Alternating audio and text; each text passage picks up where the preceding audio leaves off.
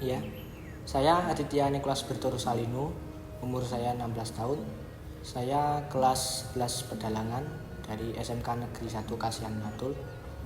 Nama saya Bayu Aji Nugroho, saya usia 31 tahun.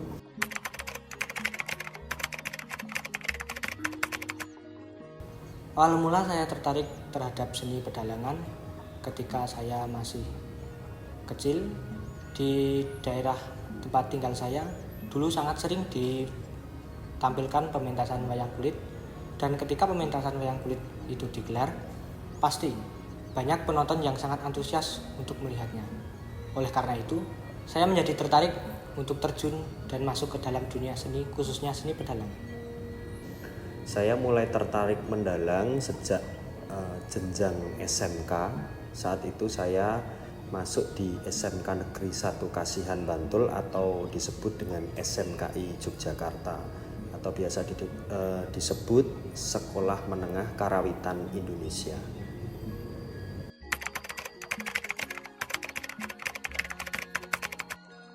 Salah satu sosok yang sangat berpengaruh terhadap perjalanan saya di dunia seni tidak hanya sedikit, ya salah satunya orang tua saya sendiri yang memang sudah memiliki darah seni, dan tentunya banyak teman, bapak ibu guru yang selalu bisa memberikan jalan untuk saya untuk terus bergelut di dunia kesenian.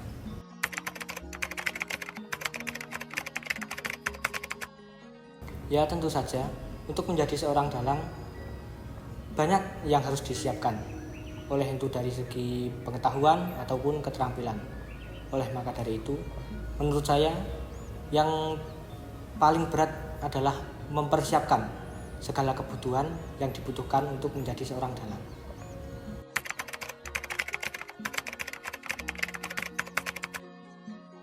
Ya tentu saja itu tidak lepas dari banyak-banyak berlatih dan bertanya kepada mungkin orang tua atau bapak ibu guru yang lebih senior daripada kita agar bisa mengarahkan kita untuk menjadi lebih baik ke depannya.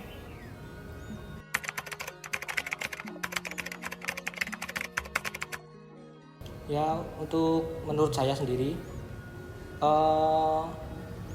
saya harus bisa mendalami tokoh.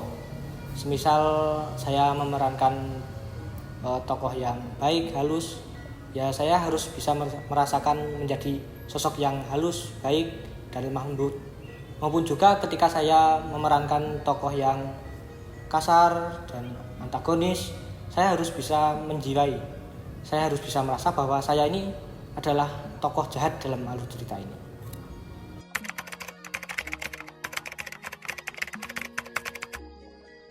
Menurut saya terkait perkembangan wayang di era sekarang ini, yang mana generasi muda juga ikut terlibat.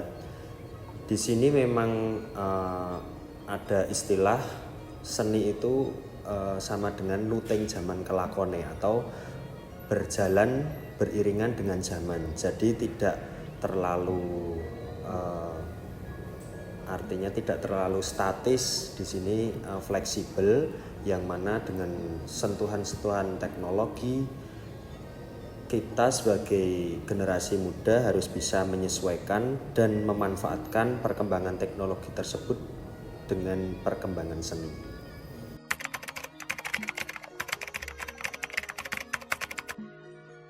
Kalau menurut saya, keterlibatan generasi muda di era sekarang ini memang harus lebih aktif, yang mana bisa beradaptasi dengan adanya perkembangan teknologi. Artinya generasi sekarang khususnya yang menggeluti di bidang seni jangan terlalu gaptek, atau dengan adanya perkembangan teknologi ini tidak mau belajar perkembangan teknologi yang ada, hanya belajar seni saja. Menurut saya itu sebuah kesalahan, dan di sini memang perlahan adanya perkembangan teknologi dan perkembangan seni ini harus berjalan beriringan.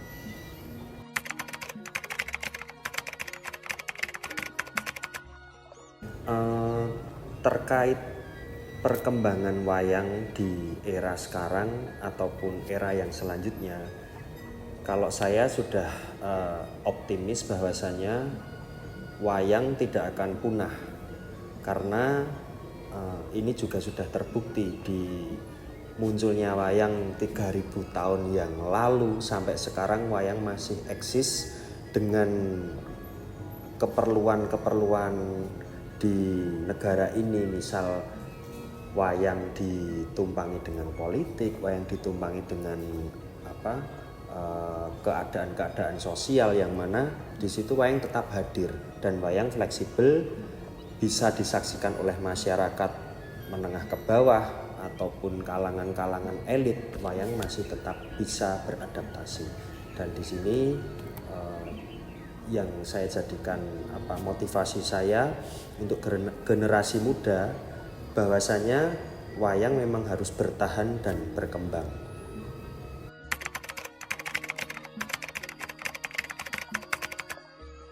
Ya, pesan saya untuk para generasi muda tidak lain dan tidak bukan hanya marilah kita bersama-sama melestarikan budaya, khususnya seni pedalangan. Mengingat ini adalah budaya tinggalan nenek moyang kita yang sangatlah adiluhung. Bahkan budaya kita sudah diakui oleh dunia sebagai warisan budaya tak benda.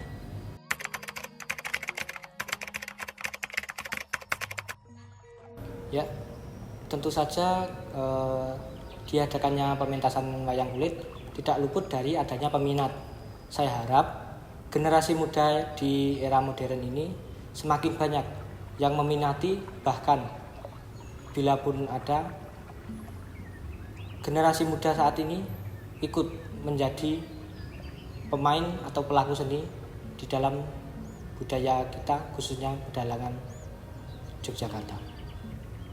Untuk perkembangan wayang di era sekarang ini supaya tetap relevan di hati masyarakat dan di kalangan-kalangan elit, bahwasanya sudah jelas wayang itu sebuah sajian pertunjukan yang luar biasa. Menurut saya luar biasa karena dari segi tata panggungnya sudah sedemikian rupa, kemudian dengan adanya boneka wayang yang luar biasa dalam proses pembuatannya, dan didukung dengan peran dalang yang memberikan edukasi, dan wayang ini juga disebut kesenian yang adiluhung, baik dari segi tontonan, tantanan, dan tuntunan. Dan tentu saja ada satu lagi yang untuk kedepannya, yaitu tantangan. Nah, di sini tantangan ini memang harus ditembus oleh generasi muda. Bagaimana tantangan di zaman ini, itu memang tugas kita sebagai generasi muda yang menggeluti seni pedalangan. Memang harus bisa tanggap dengan kondisi sosial, kemudian dengan adanya isu-isu yang sedang hangat, bagaimana kita mengemasnya dalam sebuah pertunjukan yang menarik tanpa meninggalkan esensi-esensi pedalangan yang sudah ada. Seperti itu.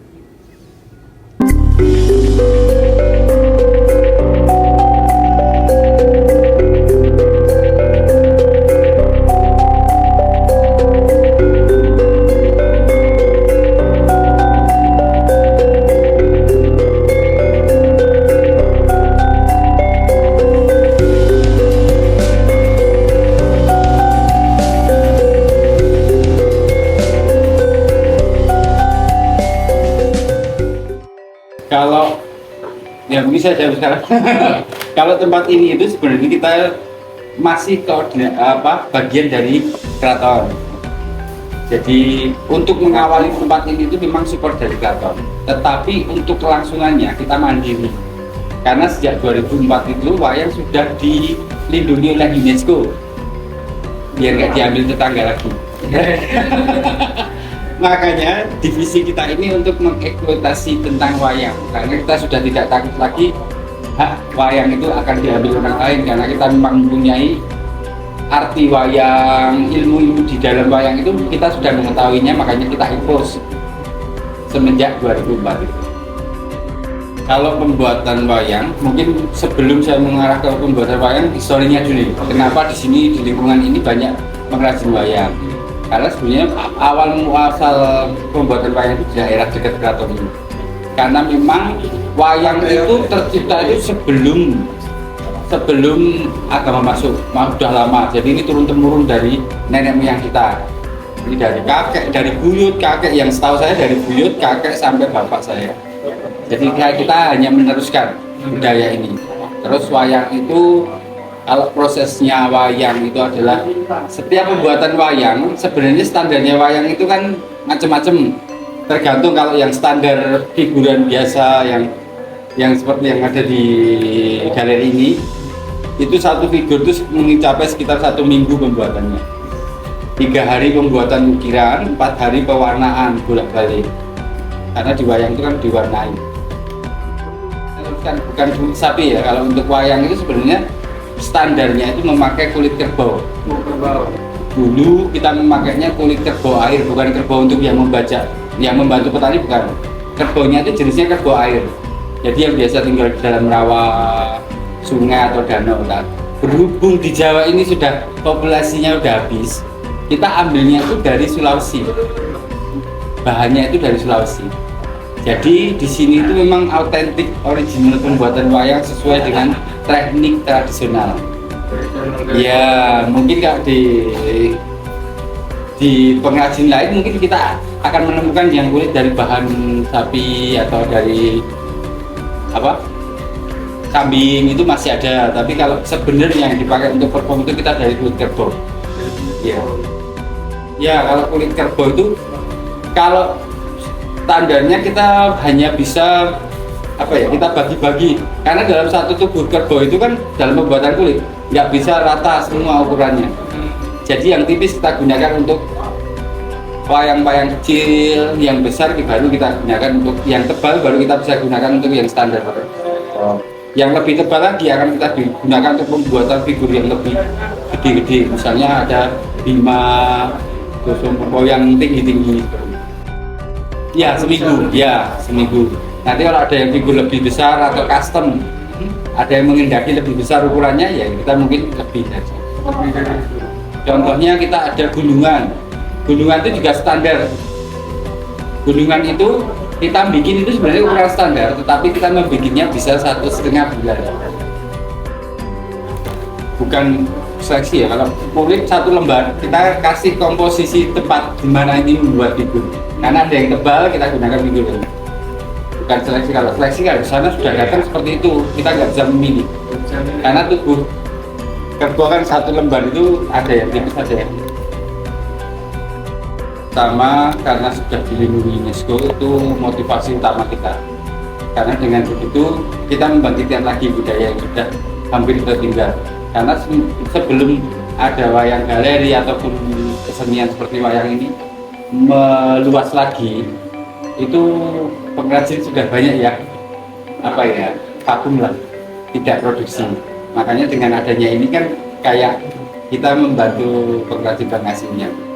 Padahal pengrajin itu kan untuk bisa menjadi pengrajin itu belajarnya susah. Makanya wayang itu kan kultur kebudayaan yang sangat rumit, sangat susah untuk menemukan generasi berikutnya. Sementara ini pengrajin itu hanya kita memang sudah dari kecil, sudah pengrajin dari keturunan. Kalau kita mengajarkan itu akan memakan waktu mungkin lebih. Kalau saya sendiri dari 6 tahun, mungkin kami memakan waktu lebih dari 5 tahun. Karena pertama, wayang itu tidak hanya sekedar membuat seni, karena di dalam tubuh wayang itu ada filosofinya. Orang yang ingin belajar membuat wayang harus mengetahui filosofinya dulu, baru belajar memahat motif. Setelah bisa tahu semua, baru bisa menerapkan, membentuk. Begitu. Ini gambar. Karena desain wayang itu hanya kita mendesain luarnya saja. Ukiran dalam itu semuanya sama, tetapi itu bukan didesain. Kita dari artinya baru kita terapkan di mana kita meletakkan motif.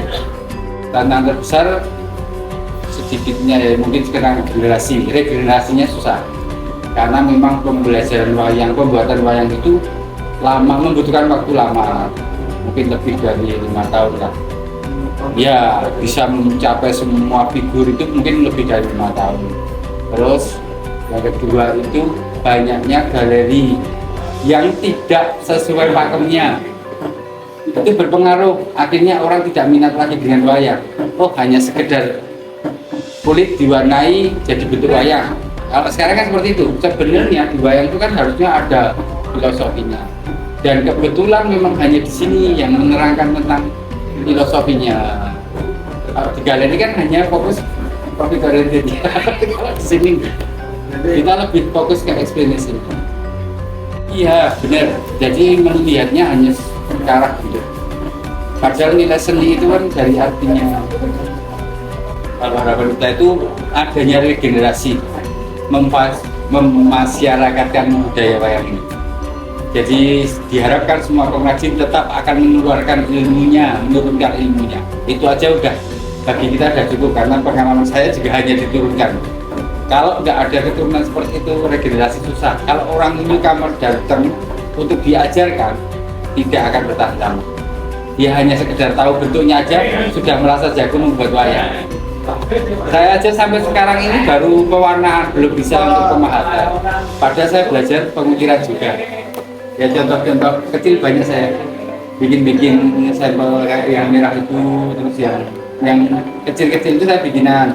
Tapi saya belum berani membuat figur standar yang segitu, juga belum berani.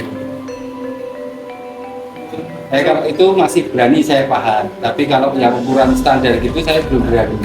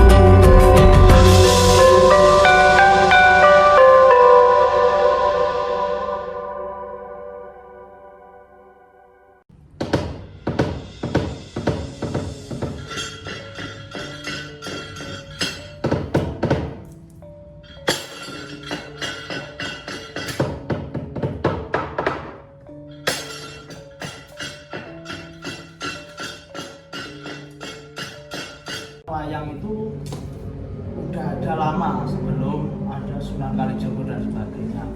Tapi masyarakat umum, halayak umum itu mengetahui bahwasanya wayang itu diciptakan oleh Kanjeng Sunan Kalijogo. Tapi ada versi lain juga menyebutkan bahwasanya wayang itu dibuat pertama kali itu wayang beber. Wayang beber, terus nanti pada kerajaan pertama kayaknya kalau nggak keliru itu di kerajaan Medan itu wayang beber yang digambar itu dewa-dewa tuh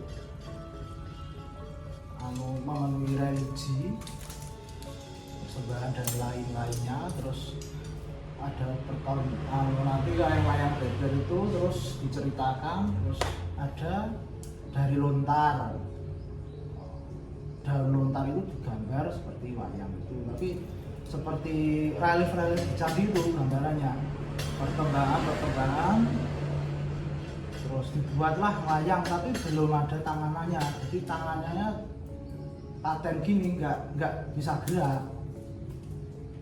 Terus dari kerajaan Majapahit, kerajaan Mataram atau sebelum Mataram itu Demak, Kanjeng Sunan Kalijogo merekonstruksi ulang wayang itu menjadi bisa gerak dan membuat karakter-karakter yang lain untuk memenuhi kebutuhan Sunan Kalijogo untuk syiar agama Islam itu tersendiri, dan lakon-lakon atau cerita-cerita layang banyak yang digubah. Yang dahulunya Hindu atau yang dikenal Mahabharata dan Ramayana itu yang versi asli di India, kalau sekarang sudah disadur atau dirubah ulang di Sunan Kalijogo menjadi seperti ini yang kita lihat sekarang. Piranti atau alat yang digunakan dalang itu adalah cempolo. Ini namanya cempolo buat memandu iringan. Jadi buat apa itu namanya, komponen pertama itu cempolo dan keprak. Awalan tabuhan, kode-kodenya tabuhan. Jadi kalau Kang Dalang ingin gending apa atau iringan apa yang digunakan, kalau ada sandi-sandinya biasanya serpek dodolannya. Nah itu iringan pasti tanggap, oh dalangnya ingin serpek. Nah, kalau sampak beda lagi, kalau sampak pakai keprak juga bisa, atau dodolan piur biasanya. Itu para ikannya tahu.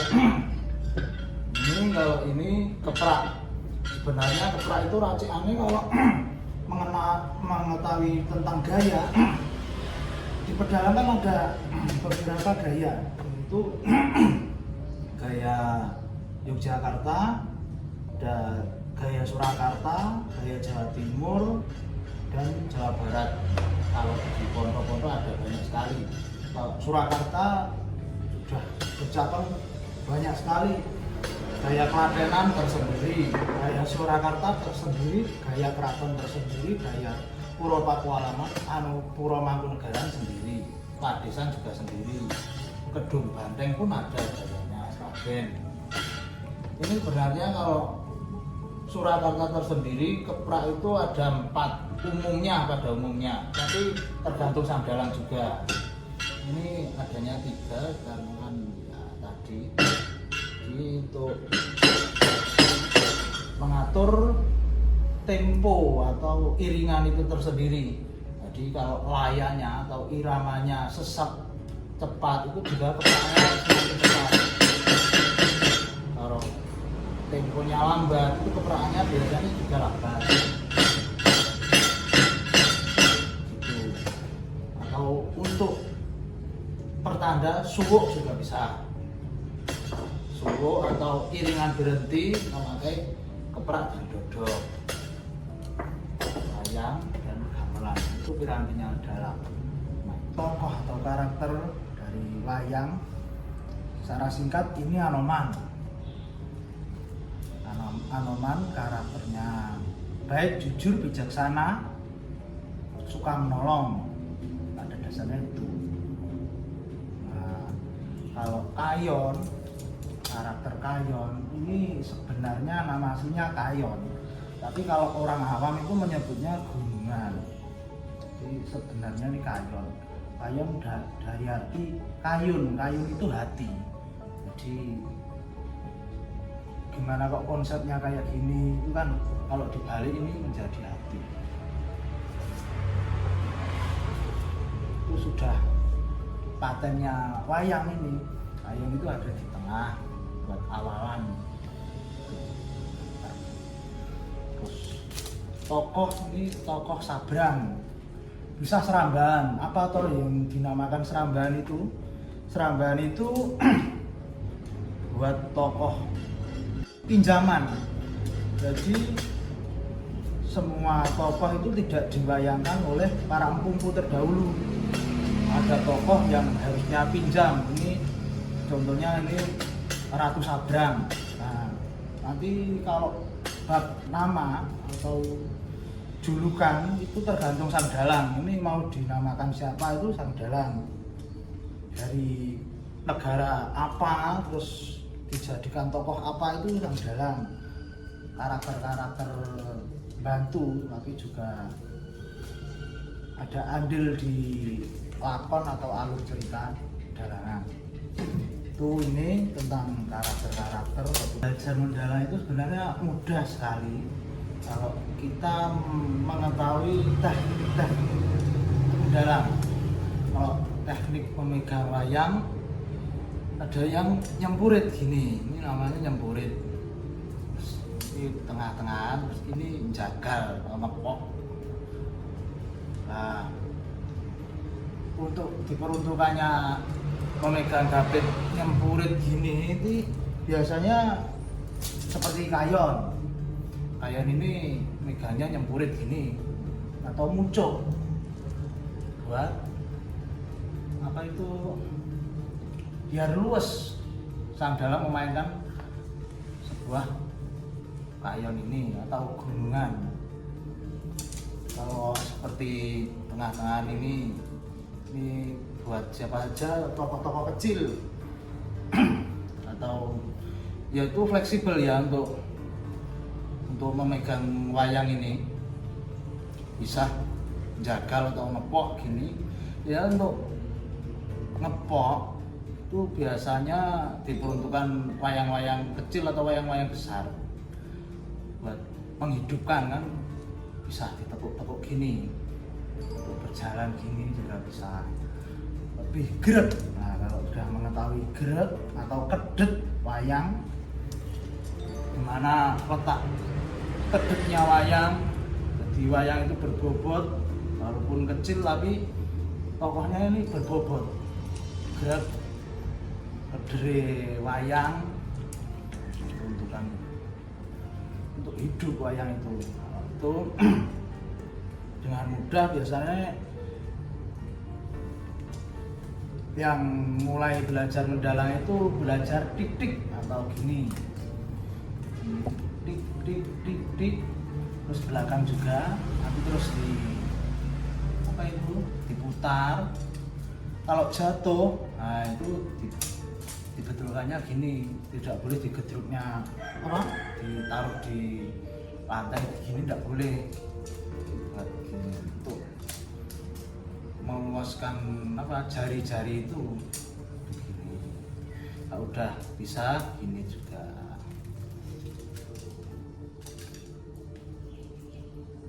Cukup itu aja kalau mendalang itu. Nanti kalau menyeluruh, keprak, dodokan, dan iringan itu lambat laun insya Allah bisa.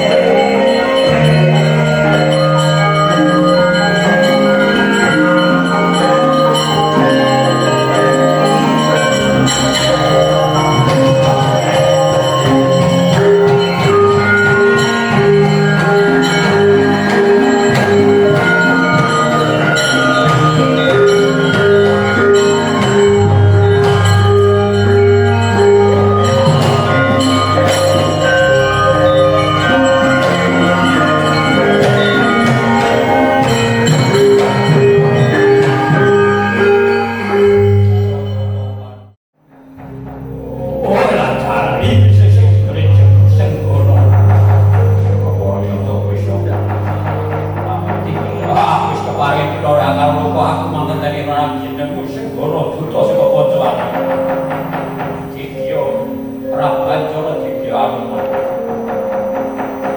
semikir, aku belum semikir itu mengobati kelakon.